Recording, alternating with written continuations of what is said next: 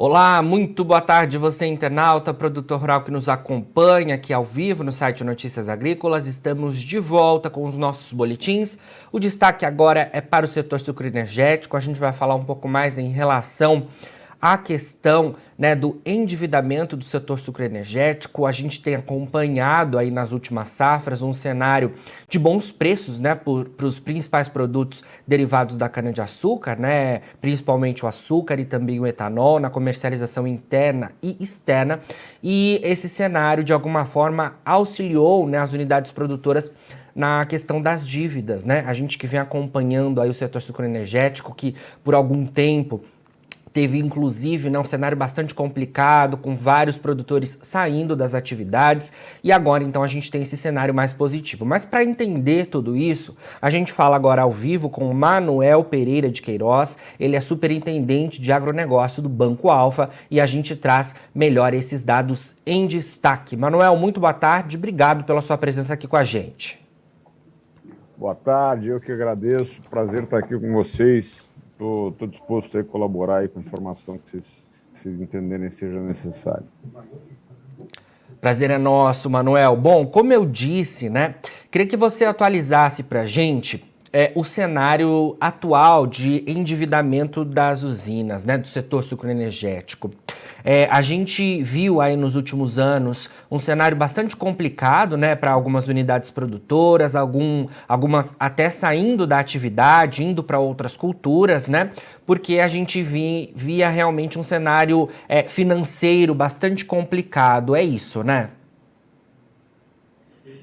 verdade, a gente teve, acho que a coisa toda tem que ser colocada em perspectiva. Praticamente depois aí da crise lá de 2008, a gente teve aquele congelamento de preço de gasolina. Um pouco antes da crise, nós tivemos vários investimentos no setor, então tinha alguns grupos que já vinham bastante endividados, e a verdade é que nós tivemos vários anos sem um cenário positivo de preço, tá?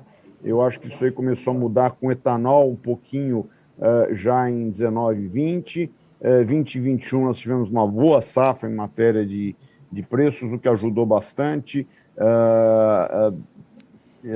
21, 22, com certeza outro ano bom, a gente ainda não tem os números fechados, mas a gente já teve um impacto também em custo, tá? Mas ainda assim o saldo é positivo. Então, na verdade, a gente teve, vamos dizer, 2, 3 anos em que uma mistura de câmbio e preço ajudaram o setor a se, vamos dizer, aqueles que conseguiram diminuir dívida, quer dizer, pelo menos gerar caixa, tá? E o gerar caixa, obviamente, pode ser usado para diminuir dívida. Eu acho que nós estamos realmente encerrando aí, estamos ainda num ciclo de 3 anos muito bons. Temos alguns desafios para frente, mas eu acho que realmente a gente deu alguns passos, guardadas as diferenças, porque nesse setor a variância é muito grande entre os grupos econômicos, tá? A gente não tem quando a gente fala em média, isso é muito generalista, tá? Então tem empresas que diminuíram dívida, tem empresas que não conseguiram diminuir dívida, tem empresas que estavam de tal forma alavancadas que não conseguiram se recuperar. Certo. Manuel, esses preços, que temos visto, que estão mais altos, principalmente na questão do açúcar e também do etanol. Então, nos últimos 3 anos, a gente está começando aí, em abril, a gente teve o início oficial da safra 22-23 aqui no Centro-Sul do Brasil. Então, temos o início de uma nova safra, mas desde 2009, 2019 e 2020, a gente tem um cenário de preços melhores, e isso favoreceu, de alguma forma, com que as usinas reduzissem o endividamento, Sim, favoreceu. A gente tem acompanhado isso e realmente isso tem acontecido. Lembrando que, quando a gente fala, quando você gera caixa, acho que é importante colocar para o telespectador aí, quer dizer, quando a gente gera caixa, quando uma empresa gera caixa, ela pode usar caixa tanto para reduzir dívida, quanto para fazer investimento, quanto para pagar dividendo, por exemplo, para os seus acionistas. Então, não necessariamente toda a geração de caixa que a usina usou consigo, principalmente aqueles grupos que estavam muito bem, vão ser usados para diminuir dívida, porque alguns deles nem precisavam diminuir o seu endividamento mais, já estavam num nível de endividamento que é o nível que eles entendiam que era o razoável. Tá? Certo.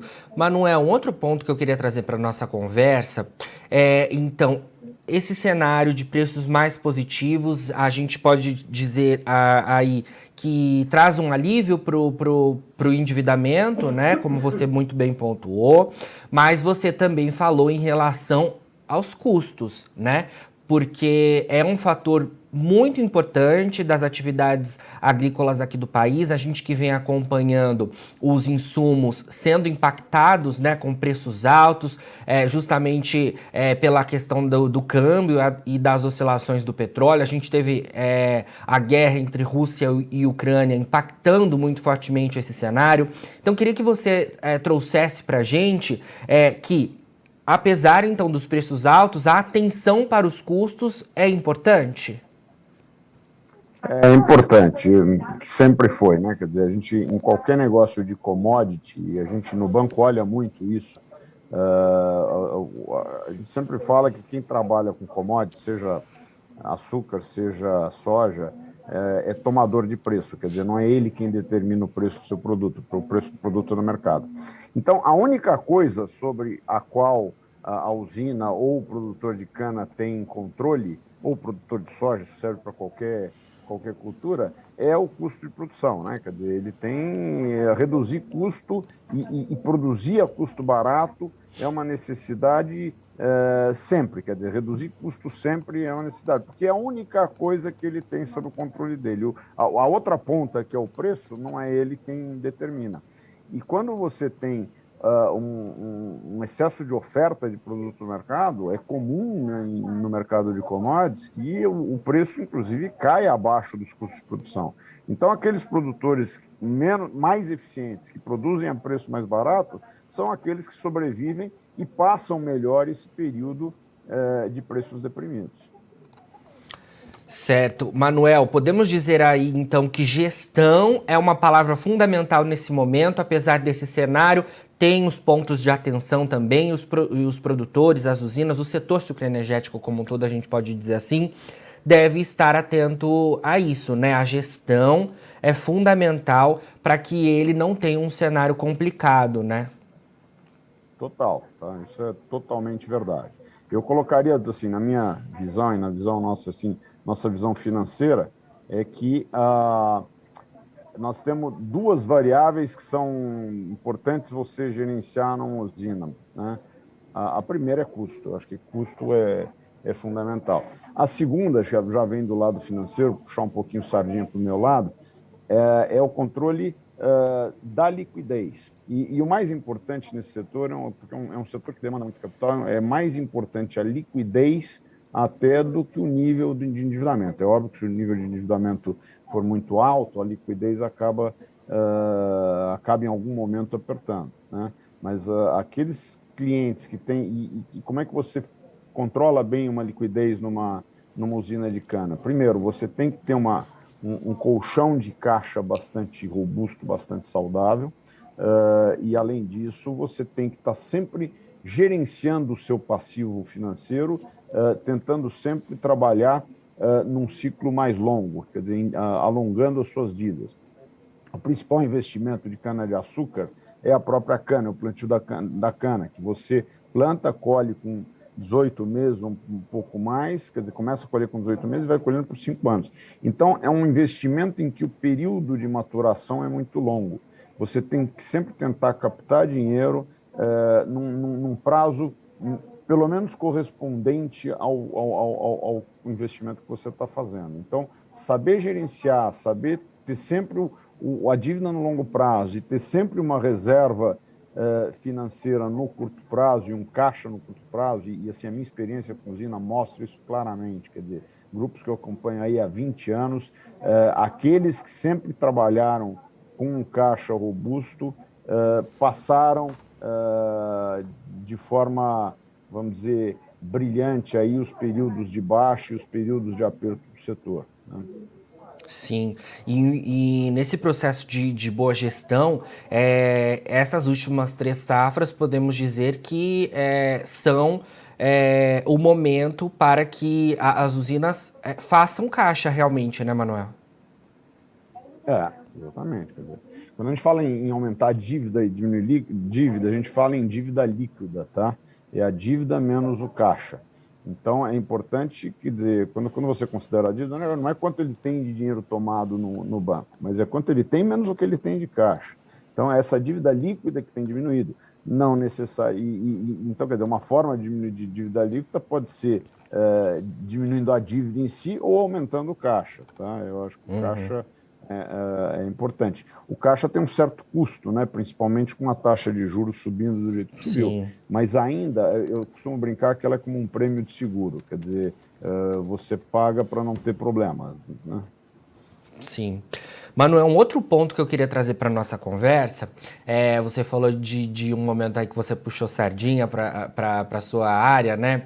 E queria que você analisasse para a gente os impactos do cenário macroeconômico para o setor sucroenergético, porque, de fato, está tudo intimamente ligado, né? A gente falou em algum momento em relação ao petróleo, as oscilações do petróleo impactam os combustíveis de origem fóssil, que também impactam no etanol. A gente tem, né, questões econômicas que também impactam o mercado de commodities de um modo geral, e o açúcar é uma commodity negociada na Bolsa de Nova York, na Bolsa de Londres, e a gente viu aí nos últimos meses esse mercado oscilando bastante, focado em questões macroeconômicas que não somente nos fundamentos, né? Então queria que você trouxesse essa análise para a gente de cenário macroeconômico, os impactos que o setor sucroenergético tem com isso tudo. Claro. É importante a gente sempre lembrar um fator aqui. A agricultura em geral, e cana-de-açúcar e açúcar e etanol não é diferente, em geral é contracíclico, né, de alguns bons fundamentos da economia. Então, o que eu quero dizer com isso? Dólar alto para o setor é um negócio muito bom, tá? Dólar alto, quer dizer, o preço como o açúcar é negociado lá fora, o dólar alto favorece o preço da mercadoria. A mesma coisa acontece com o etanol. Por quê? Porque uma variável do etanol é o preço da gasolina, o preço do petróleo, que sobe, que anda de acordo com a variação internacional e também é cotado em dólar. Então, o dólar, por exemplo, o dólar alto favorece o setor. Tá? Essa crise, por exemplo, se você fala em preço de petróleo, favorece o setor. Então, quer dizer, além dos fundamentos do próprio setor, realmente toda essa turbulência pelo que a gente tem passado, em que pese o problema aí do risco de falta de fertilizantes que nós tivemos e tudo mais, mas na balança ela ainda é muito favorável para o setor sucroenergético, tá?